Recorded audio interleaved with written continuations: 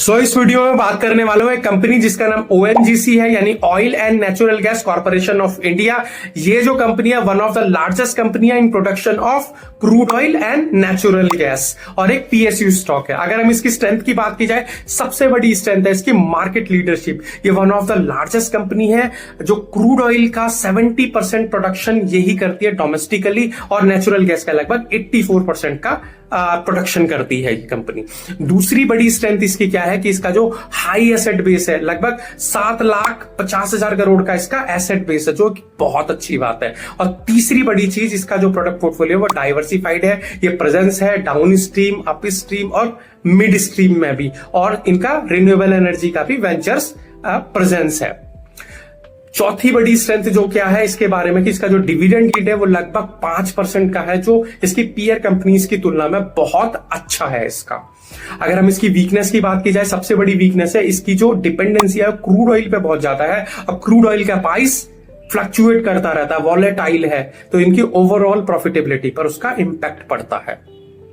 दूसरी बड़ी जो रिस्क है इसमें वो है हाई कैपिटल एक्सपेंडिचर वाली इंडस्ट्री है। अगर ये कैपिटल एक्सपेंडिचर करेंगे ग्रोथ वगैरह के लिए, तो कहीं ना कहीं पे इनके जो कैश फ्लोज है उसमें थोड़ी सी दिक्कत आ जाती है कुछ समय के लिए। और तीसरी बड़ी चीज, रेगुलेटरी रिस्क बहुत है इस इंडस्ट्री के अंदर, और प्राइसिंग कंट्रोल की पावर भी गवर्नमेंट के हाथ में है, जिससे क्या होता है कि ओवरऑल प्रॉफिटेबिलिटी पर इंपैक्ट पड़ता है। चौथी बड़ी चीज, एजिंग फील्ड्स, यानी कि किसी प्लेस पर आग अगर लंबे समय तक क्रूड ऑयल वगैरह निकालते हो तो एक समय बाद क्या होता है, क्रूड ऑयल का आउटपुट घट जाता है, क्रूड ऑयल उतना ज्यादा नहीं निकल पाता।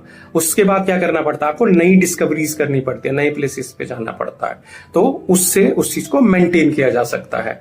ये भी एक ड्रॉबैक है इसका। ओवरऑल स्टॉक बहुत अच्छा है। स्टॉक का जो डेट इक्विटी है 0.55 है, थोड़ा ज्यादा दिखाई देता है, लेकिन इसका जो कैश रिजर्व है वो 3,37,000 करोड़ का है, और जो डेट है वो लगभग 1,87,000 करोड़ का है।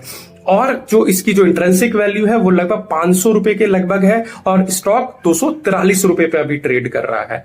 और अगर हम इसकी बुक वैल्यू की बात की जाए तो ये अपनी बुक वैल्यू के 1 गुने से भी कम पे ट्रेड करा, यानी पूरी तरह से अंडर वैल्यूड है ये स्टॉक। तो स्टॉक अच्छा है और डिविडेंड भी बहुत अच्छा है, इसका 5% का है।